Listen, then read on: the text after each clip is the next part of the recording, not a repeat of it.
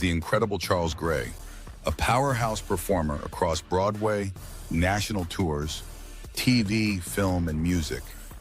On stage, he's been Teen Angel in Grease, Mister in The Color Purple, Bill Devaney in The Bodyguard, and Byron Rustin in The Great Society. He's toured nationally as both Mufasa and Scar in The Lion King, and as a baritone in Riverdance. On screen, you've seen him in New Amsterdam, Blue Bloods, Pretty Little Liars, The Last OG, Law and Order, Boardwalk Empire, and films like I-Origins and Dogman. He also hosts the podcast Conscious Compassion, and his voice features in countless voiceovers and audiobooks. Charles is now expanding his music career through the dance version of Can't Help Falling in Love, a Christmas single, Dashing, and his upcoming anthem, Good Trouble. Plus, check out his clothing line at locstatementwear.etsy.com. Please welcome the multi-talented Charles Gray. You sure you got the right address? It's just a shortcut. I just need a little fresh air. Think you could help me with my chair, please? Sure. There were 5 of them. 5 young ladies who traded off. That's them. Figured it was some kind of community service they were doing for high school. Visit the crazy lady, you know? What was she, being treated for? She'd had a psychotic break after her daughter was raped and then killed herself. Raped? Right before she jumped to her death. According to Rose. He's been with us about 6 months. 6 months. Okay, how about on January 8th? You have any records if he worked that day?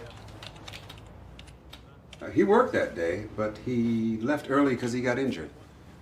Injured how? He got a gash on his cheek from a branch that fell on him.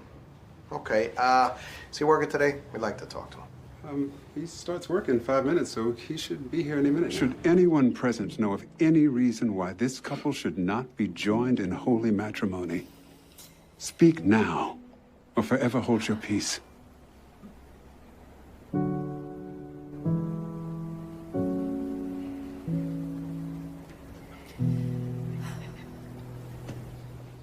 Then by the power vested in me by the state of New York, I now pronounce you man and wife. And I believe this is for you. What is this? The board has informed me that your membership dues for this year are complimentary, and for you to discard your check. Oh, for heaven's sake. I'm just the messenger. Thank you, Charles. Excuse me, but for what it's worth, Mr. Ashwood was a brilliant man. Without his contribution to this establishment, I do not believe that you and I would be having this conversation. Enjoy the rest of your afternoon. I was a gay, HIV negative man. My friends were dying. They needed blood. I couldn't donate. I was the head of the damn blood bank. Do you know what that's like? People have to do something, have to act. Like Howie Kornmeyer.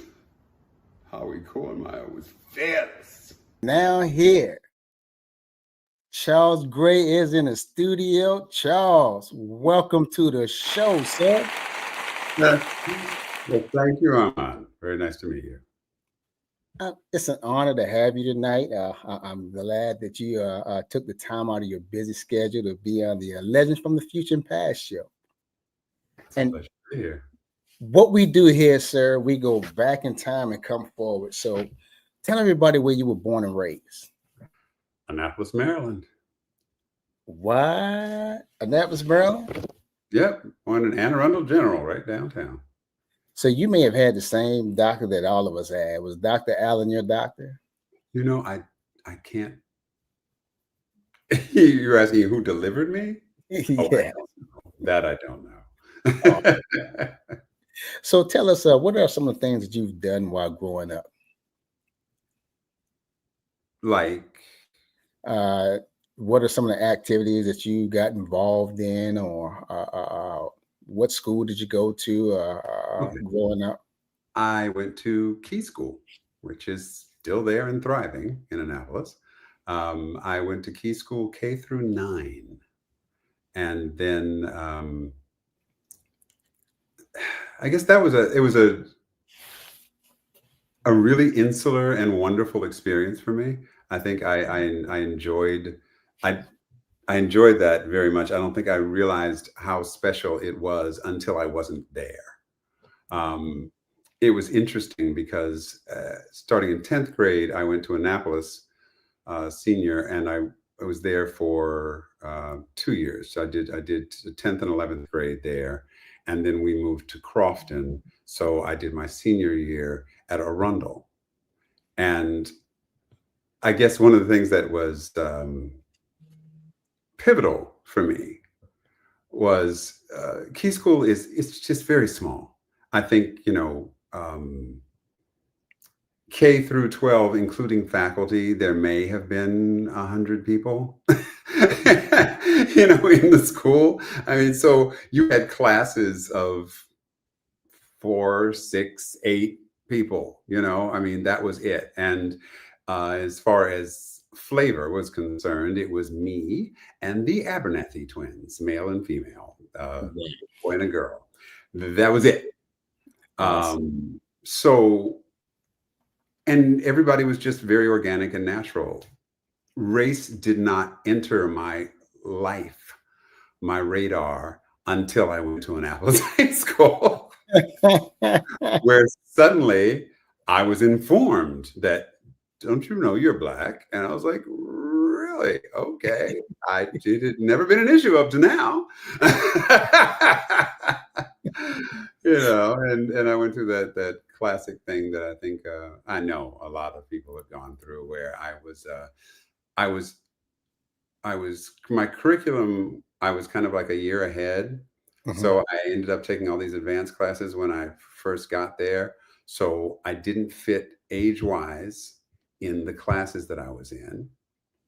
And I was too Black for the white kids and too white for the Black kids. Gotcha. And it was trial by fire. That's probably the best way I could put it. I knew that once I got through that whole high school experience, pretty much nothing could hurt me, because I had been through it. It was I would love to look back and say that it was a nostalgic, glorious period in my life, and certainly plenty of things happened.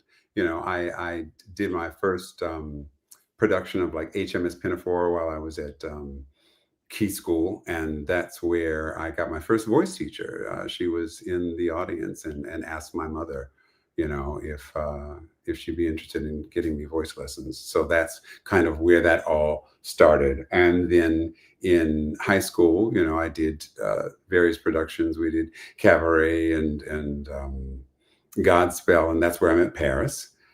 So and then we got together and we performed, locally at some different events. So there was a lot of living. I don't want to overshadow life as a result of that, but it was a personality building experience, because I had just we lived in Edgewater on like a 3.5 acre plot. So we didn't really have neighbors so much. And my primary interaction was either with immediate family or whoever I, interacted with at school. There wasn't a whole lot of in between. Once I got home, I was just with family. So, yeah, it was kind of a cloistered life. So when the whole school thing blew up, I was, I was left trying to find my way. But if you had met me then, by the time I was 14, I was telling people that I was going to move to New York, because people would say, well, where are you from? You don't, that, which was funny to me too. Here I am, a kid born, raised in the area, and people would meet me, new people, would meet me in the area and say, where are you from? And I'm like, I'm from right here, but I'm going to be a New Yorker, so it's okay. I- I'd like to ask you this. You had mentioned something about singing. So when did you actually know that you could sing and act? it was really organic. I was at home singing along with stuff on the television, and I remember like my mother coming out of the kitchen and like looking at me, and then I guess another situation, I was over at maybe one of the aunt's house, and I was similar because I would just sing all the time. I just constantly. And I would be singing, and all of a sudden people would just like come in the room and like sing this, sing that, sing something else. And they would call somebody else over, do that again. So it wasn't so much that I was aware of it. It was just other people kind of congregated. I joined choirs and things, early on. And I was always singled out and given solos and things. So it was pretty much very early. And it was what I did. It was the thing that I held special. It was the thing that singled me out and allowed me to go, okay, well, I'm not the great sports aficionado or any of those things, but I can sing. So there you go. Well, let me tell you what I've heard. Okay, you mentioned Godspell. Okay, as an advertisement, was that your first play? No. Okay. Spinner's was my first play. So this is what I heard. I heard that two people out of that play, including yourself and Jack Taylor, worked on Broadway. The other, Paris, which you mentioned, became an Emmy-nominated actress, actress and singer. Is that correct? As far as, yes, to the best of my knowledge. We had not had a lot of communication until very recently, and I got to read all of the things that Paris has been involved in. Yes. Well, talk a little bit about Valerie Mills Cooper and Chuck Dick. Valerie Mills Cooper. She was your music director. Wow. Went back. I'm going to tell you right now, I'm not going to be able to give you a lot on her. Okay. Yeah. Yeah, I'm sorry. I feel bad about that, but I don't remember in great detail. Chuck Dick. How can you forget anybody with that name? He was my art teacher.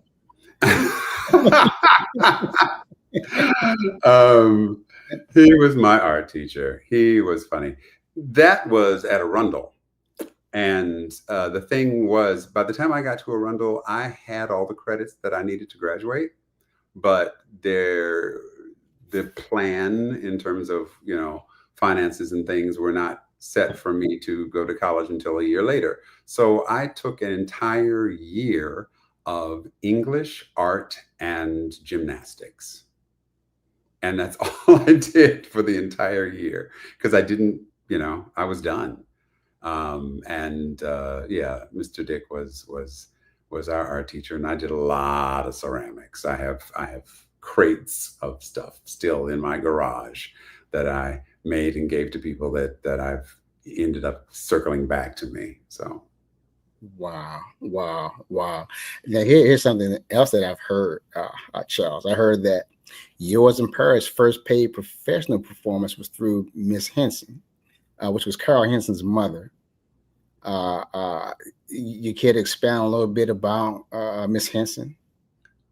I can tell you that we performed Bess You Is My Woman Now from Porgy and Bess. Okay. Awesome. So now, all right, that's your local accomplishment. Let's talk a little bit about school, okay? All right, so you didn't graduate from Annapolis High, All right. I graduated from Arundel. Right. But now you went to Towson State University, correct? I did. So what was your major while at Towson State? Voice. Voice. Yep. Oh, okay. Okay. That was it. Okay. I went to school so that I could be certified as knowing how to sing. Towson was different than, how do I explain this?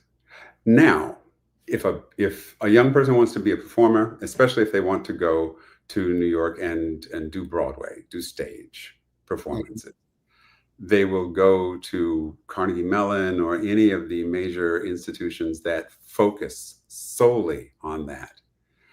The curriculum is set up as musical theater, and you can specialize in all different sorts of aspects of musical theater, both on stage and behind.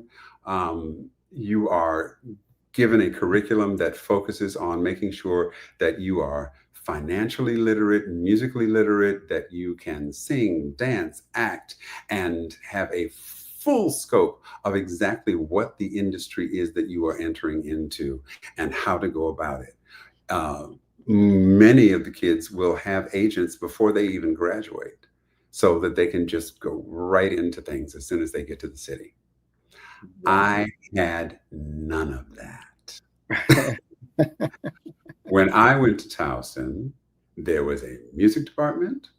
There was Towson was known for its jazz department. So that's what the school was really best known for at that point, artistically. There was a drama department, and there was a dance. Dance was in one building. Music and acting were split within a building, but they had nothing to do with each other. And if you were in the music department, you studied opera. If you were in the I took I think 2 jazz dance classes as an electorate, just because I thought I should have some clue about how to move. I thought about it about that much. I did not have the opportunity to take any acting classes at all. It was not available to you. I mean, it's like, well, are you this or are you that? You were totally focused on just one thing. So when I went to New York, I was clueless. It's embarrassing at this point, but it's just what it was. I didn't understand the industry. I didn't understand how it worked. It was just, I had a dream. There was this thing called Broadway, and I had seen a bunch of shows, and I knew that I wanted to do that. And I came to the city utterly unprepared. The only thing that I had going for me was I could sing. So I auditioned for a bunch of things, and fortunately, over time, things came to me. I auditioned for the first national. I had seen Dreamgirls, the original company, while it was still in previews. Nobody wanted to go see it. They were practically giving tickets away for it because people were just like, oh, what's that? And I saw it and was blown away, of course. And I was in New York when they were auditioning for the first national tour. And I auditioned for Michael Bennett and Michael Peters in the theater, because back then, the cattle calls, where they just put out a notice and hundreds of people would show up, those were held at the actual theater where the show was performing during the day. So you would line up in the street hours and hours and hours before and sit out there with a cup of coffee on the sidewalk waiting to get into the building. And then they would bring you out one at a time on the stage. And the directors and casting people would be out in the audience. And I sang Simple Song from Bernstein's Mass because that's what I knew. I really only knew classical music. And I got about 16 bars into it, and Michael Bennett looks up and goes, hey, okay, got it. Do you have anything black? Kid you not, that's a quote. Do you have anything black? And I was like, well, I was part of this. Summer program Mhm. just right before I had come, because this is like right after I got to the city. And I was like, I had been part of the summer program, and we did a production using high school kids, from Baltimore, and we did a production of The Wiz. And the kid that had been cast in the role of the Wiz, near the end of the run, he broke his leg and couldn't go on. So I ended up subbing for him. I went on in his place. So I said, so I do know, so you wanted to meet the wizard. And he said, well, that sounds about right. Go ahead and sing it. And I sang it. And then he's like, you should have done that in the first place.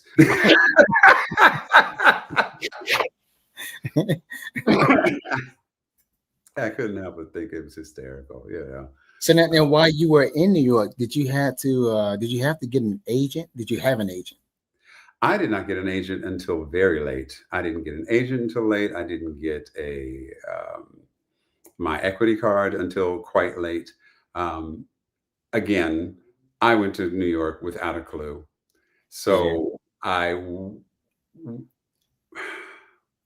my primary focus was making enough money to stay alive and to stay there.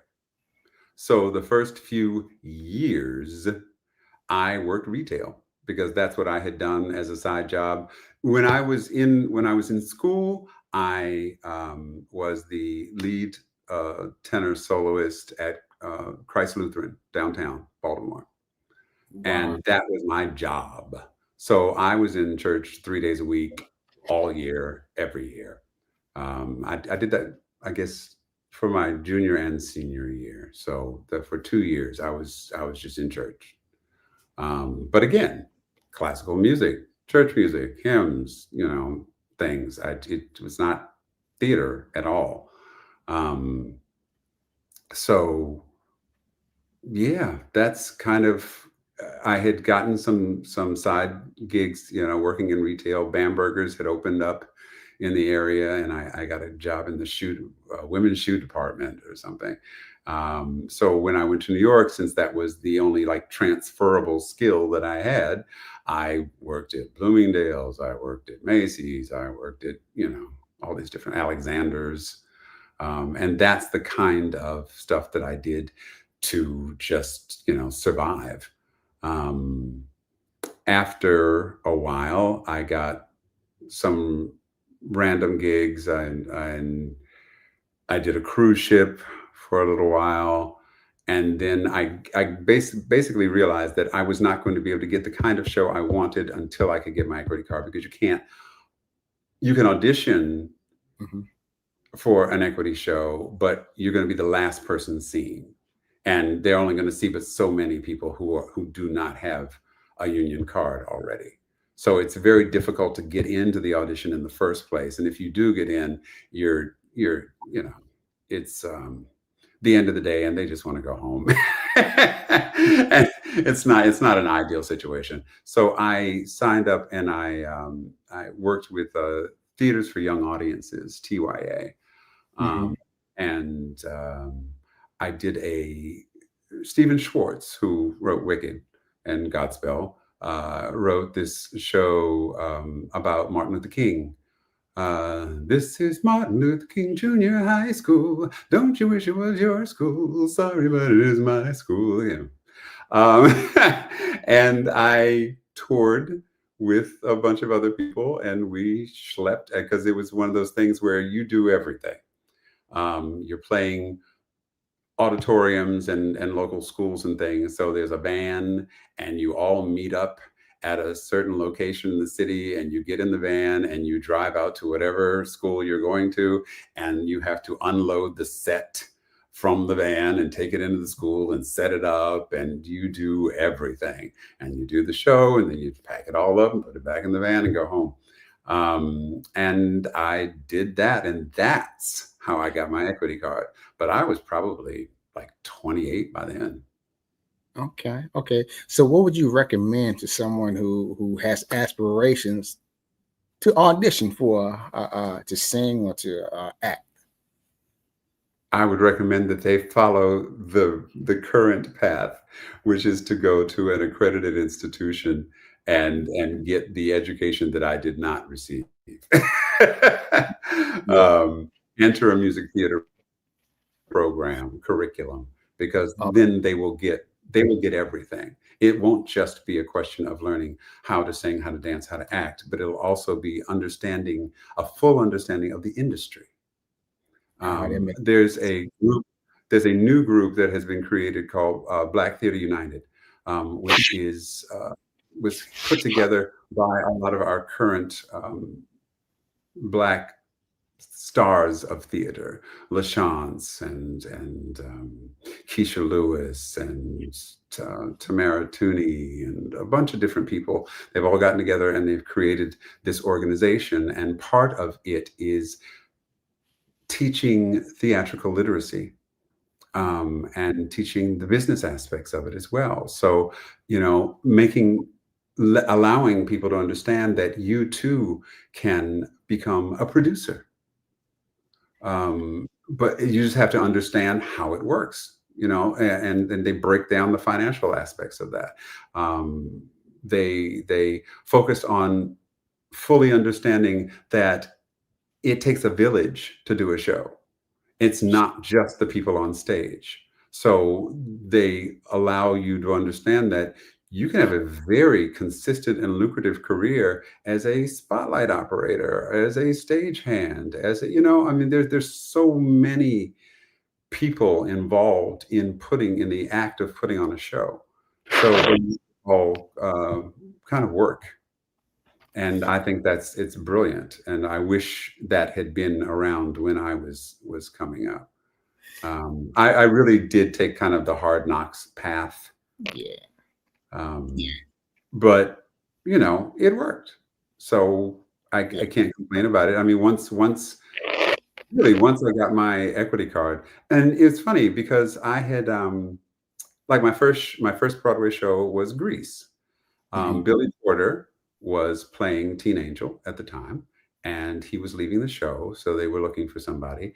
I had actually gone in to audition for a regional production of Jesus Christ Superstar, and there had been over 100 people in the queue to audition for the show.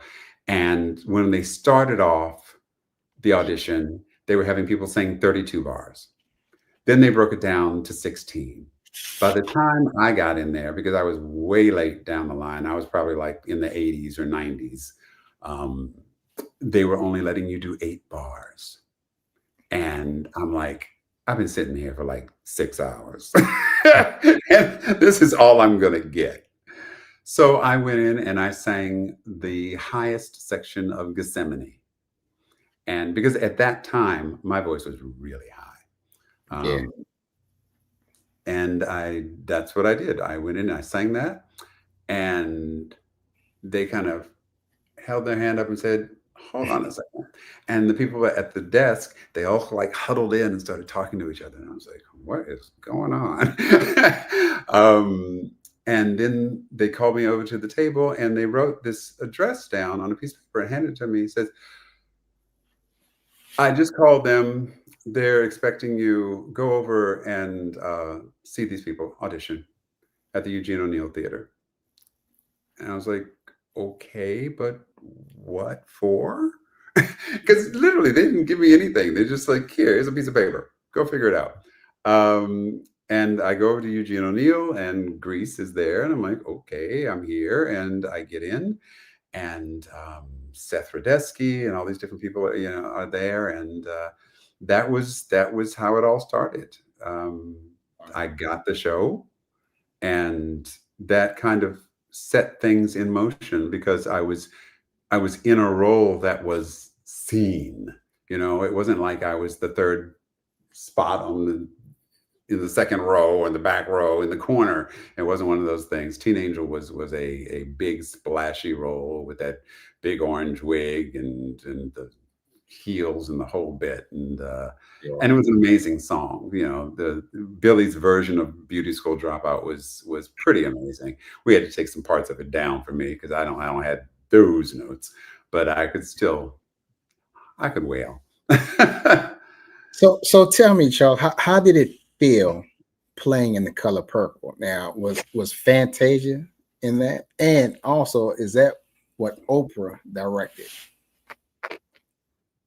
Okay, that was 3 different questions. Three How different did questions. it feel being in The Color Purple? It was opening night, looking out and seeing just an ocean full of idols. Mhm. I was standing on stage opening night, pinching myself because in the first 3 rows, you've got Stevie Wonder, Tina Turner, um, uh, um, you name it. I mean, basically, any major Black performer that you grew up on, only ever seeing them from afar or on TV, they were there. Yeah. Everybody, Sidney Poitier, I mean, just Wow. everybody. And they were just right there. And I was blown away by it. It was an extraordinary experience. Absolutely extraordinary experience. The show, I think the original show, I think was just the highest form of art. And Africa was a dance. It was a Mhm. huge dance sequence with some extraordinary choreography, an amazingly talented group of people, just amazing. Listening to them come in day after day, the composers coming in with new songs that they had written. Okay, we're going to try this one today, and having them tweak it and change it, and watching the show come together. I came to it late. I had been on tour with Lion King, and they had already had a pre-run of the show and kind of gelled it together. So this was them putting it together specifically to go to Broadway. So they recast, and a lot of adjustments were made. Like the church lady, the church lady who sings "It's Sunday Morning" at the top of the show, that was originally Lettucey. Really?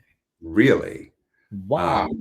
Yeah. So, I mean, a lot of different adjustments came. So I was fortunate enough that I flew in and booked the show, and it was something else, watching all these people and realizing that I had to step it up because all the most of these people had really done so much more than Yeah. I had already been in 5 or 6 different Broadway shows, had amazing resumes, and they were truly omnipresent threats in every aspect. Their movement, their singing, their acting, everything. It was a class.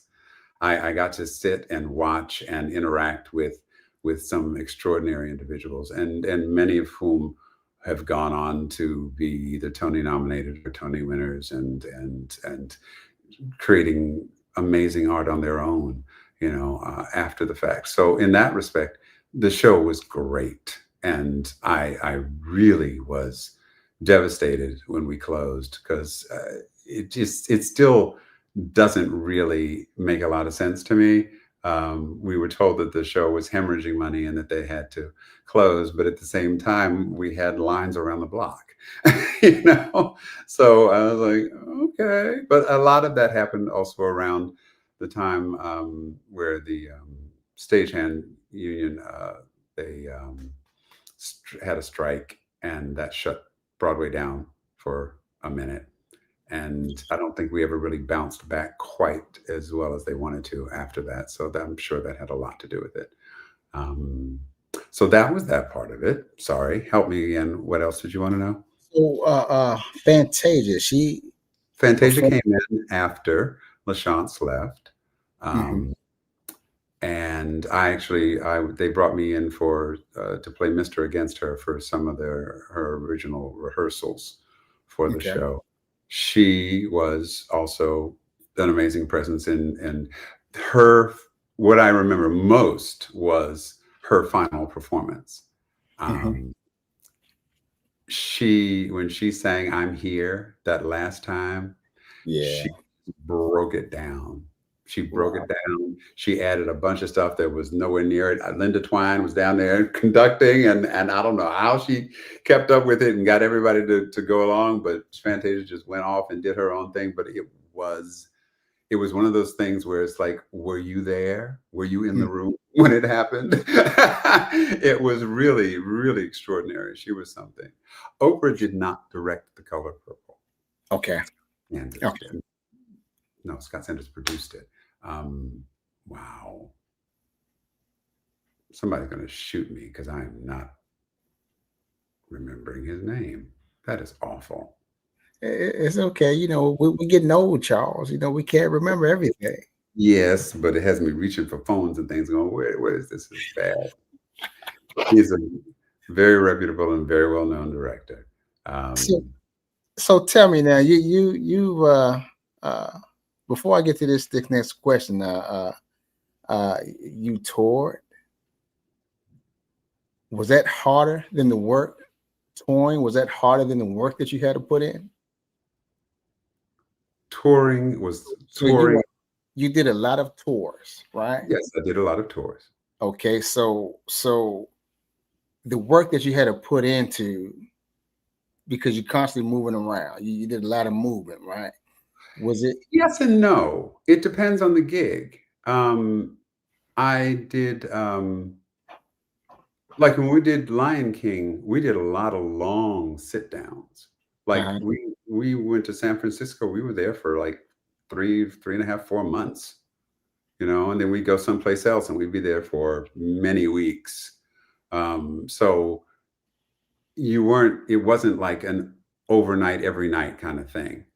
That I experienced more with Riverdance, where we would be someplace maybe for a few days, maybe just overnight, and then bam, you're back on the bus or on a plane or something, going to the next spot. I also experienced that a lot. I sang backup for Kubota Toshinobu in Japan. I did a 3.5-month tour with him as a backup singer. He is kind of like the George Michael of Japan. He's a Japanese soul singer. Okay. His entire band, other than his bass player, a drummer, and somebody else, a keyboard, they were Japanese. Everybody else he imported, and they were all black. So I was part of that for, like I said, 3.5 months. And there we hit every piece of Japan. North, south, east, west, small islands off the coast, anything. We played it. We played Yoyogi Auditorium in Osaka, which holds like 30,000 people. And then we played a high school auditorium that probably held like 500 people. So we did a lot of moving around on that. But touring, the hardest part is just being away. If you're single and ready to mingle, it's an amazing experience. You get to see the world and get out and do things. And especially if you have a gig that you don't have to worry so much about your body. As singers, your body is your instrument. Dancers, your body is your instrument. So you're always super careful, to what not to expose yourself to, and making sure you get enough rest and because you have to take care of it. Sure. Whereas, like, I don't know, like the crew didn't have to be as careful as we did, as on stage folks. So they could go out and do a lot of stuff that I couldn't do, but it was still, we had a lot of fun. I've been to all 50 states, and that is a result of touring and shows. I've been through most of Europe, and I've been to Russia. I've done all of the Netherlands. I've done Canada from east to west. A lot of, yeah, the continents I have not been on. I have not been to Australia. I've not done South America. I have not been to Africa. And I've Wow. not been to China. Okay. Okay. But for most of the rest of it, I've hit in some form or another. Okay. So I'm going to mention the show, and then you tell me your most memorable part or time with that show. And I'm gonna begin first with The Bodyguard, the musical. What was your most memorable uh, part? Every night, standing on the side of the stage, looking and listening to Deborah Cox sing "I Will Always Love You." Deborah Cox. Okay. She is She's an extraordinary spirit. She's a wonderful person. She's a great mother. She has the most exquisite instrument and full understanding of how to use it. I watched her when she's absolutely in her prime, and I've watched her be sick as a dog and still manage to just pump it. You would never have a clue. She could barely talk, but she could get out there and sing her face off, and it is just extraordinary. Absolutely extraordinary. Um, it was really something. And it was a really cool show. It was different for me. Like 3 weeks into rehearsal for that show, I found out I had lymphoma. So I think it was like a Thursday night. I got up at 4 o'clock in the morning and went to the hospital, and they put a port in my chest.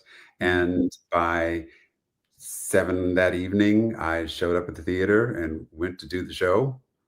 And the first day off that we had after that, so that would have been like a Monday, that's when I started chemo.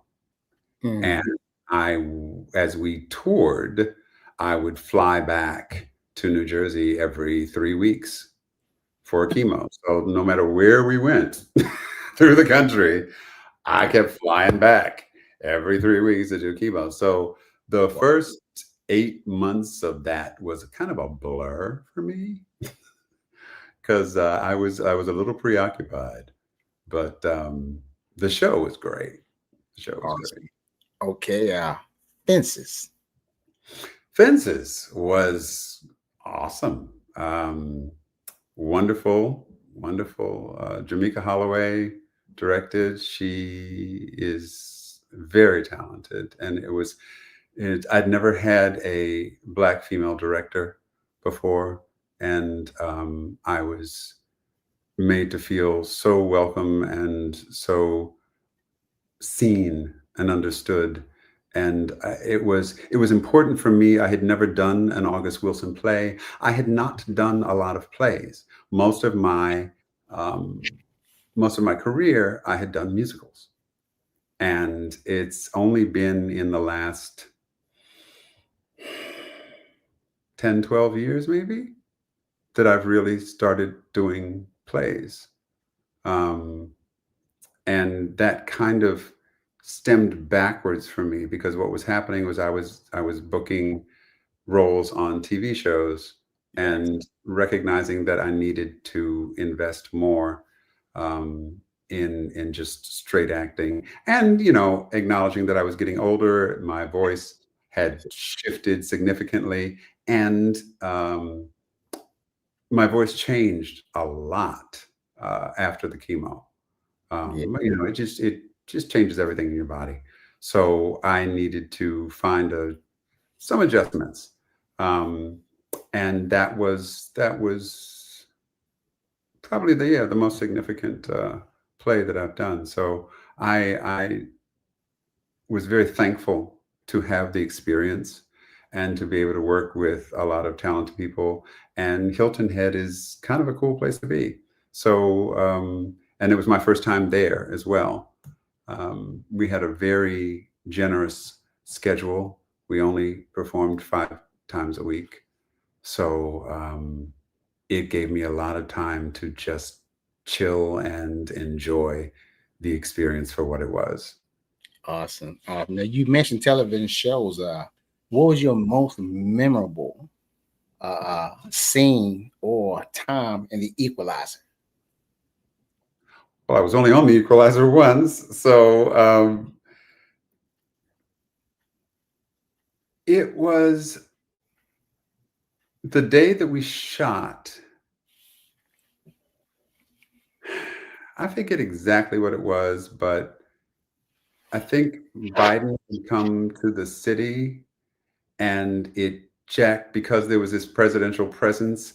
It messed up traffic, and Queen Latifah wasn't able to get to set on time. So Okay.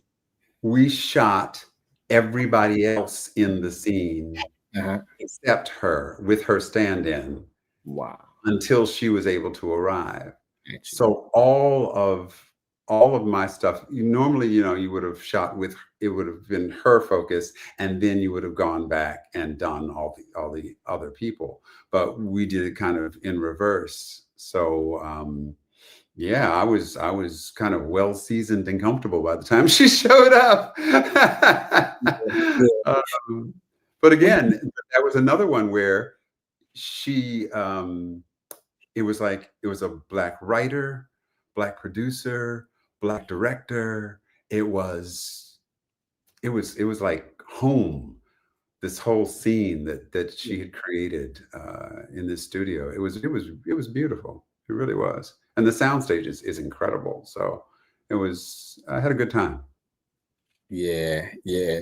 Well, there's one thing I am curious about though, and I meant to ask you this earlier, but how much time you played Mufasa in The Lion King, correct? Right. How much time went into rehearsal, and how long did it take for the makeup and costumes, the wardrobe, and all that stuff to go along with it? You had to put some time into. I'm going to go back and even further. I auditioned for Lion King 8 times. Wow. 8 times.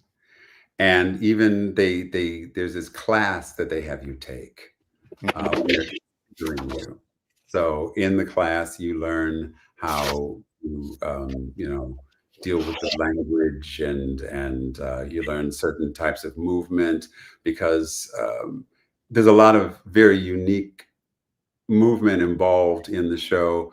The hyenas, for one thing. The hyena costume is basically a sleeping bag with crutches and a helmet. So you have to learn how to walk on all fours with these stilted crutches and things. So there's a lot. There's a lot that goes into it. And even just being fitted for the headpieces for both Mufasa and Scar, they have to do a mold of your head. And at the time, at least, they were doing that at Rockefeller Center. So I show up at Rockefeller Center and I go up to the makeup department, and they cast your head and they stick straws up your nose and completely cover your head with this plastic stuff, and it molds to you, and then they crack it off and use that to build the head molds for the pieces that you're going to wear. There's a lot. It took me. I started with the show in Chicago in the winter, and I can tell you one of the few things that kept me warm while I'm waiting on the L train and it's 20 below is trying to practice and practice and practice again things like screw bicalenisio zingela. Getting my mouth to go screw bige, screw bige, screw bige. But you have Africans in the show with names like Nobile Mbanjwa, or Tonkona Dlamini. It took a minute. But again, lessons. That show, when I left Lion King, I had a whole nother level of confidence about being able to basically say or pronounce anything. You're gonna have to give me 1 second. I'm sorry to do this, but I gotta step away for 1 second. I'll be right back. Okay. Sorry.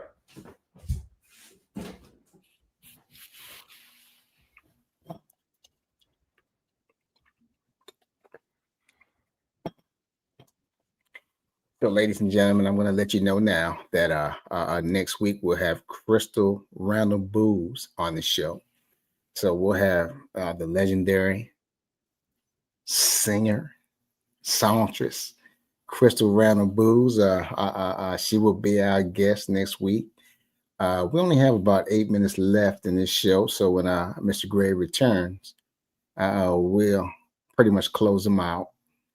And so much more that we have to cover that we didn't get a chance to cover with him that may have to have him back for another show. So hang tight. Charles, I was telling the audience that we only have about 7 or 6 minutes left. Okay. There's so much that we didn't cover that I may have to have you back if you are open for that. But what I do want question, what you got?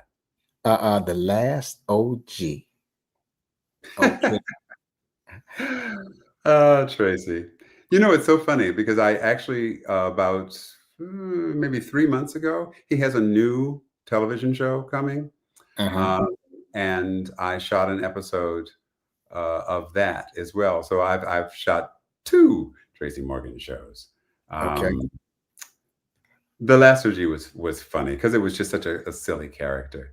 And it was funny because when I auditioned for it, I really didn't have a sense of the show. It had been running, but I had never seen it. So like I said, I just didn't have a sense of the show, but they gave me this crazy character and I read it and thought, okay, I get it, and did it, and they booked me. But then when I got there and when I did my costume fittings and they put me in that crazy pimp looking suit with the polyester and the shoes and the rings and the chains and the big clip earrings and stuff. Oh my God. By the time they forgot the costumes, like, I got it. I know what to do with this. Thank you. Thank you. I didn't have to come up with anything. The costume was it. Put me in the clothes. I got this character. I think I'm going to watch that tonight. I'm going to watch that tonight. But here's what I want you to leave with our viewers. Anyone aspiring to become, you are known as a triple threat, correct? A singer, dancer, and an actor. No. No. I can sing and I can act. I'm not going to insult anybody by calling myself a dancer. Okay. If anybody sees this that knows me from New York, I assure you, they would be calling you up going, that man cannot dance. It was always the bane of my existence because the problem was I looked like a dancer. So I'd walk into the room, people just automatically assumed that I could. I auditioned for something with George Faison, and he was like, I think they were doing something at the Met. I think it was maybe like a production of Porgy and something at the Met. And I auditioned with George Faison, and I walk in the room, and he goes, "Oh no, the dancers are over there." And he goes, "Okay, but I'm a singer." And he goes, "Yeah, sing." And I start to sing Sport and Life, and he's like, "Yeah, the dancers are over there." And I was like, but I knew there was no hope. My 5, 6, 7, 8 is me, and not so much.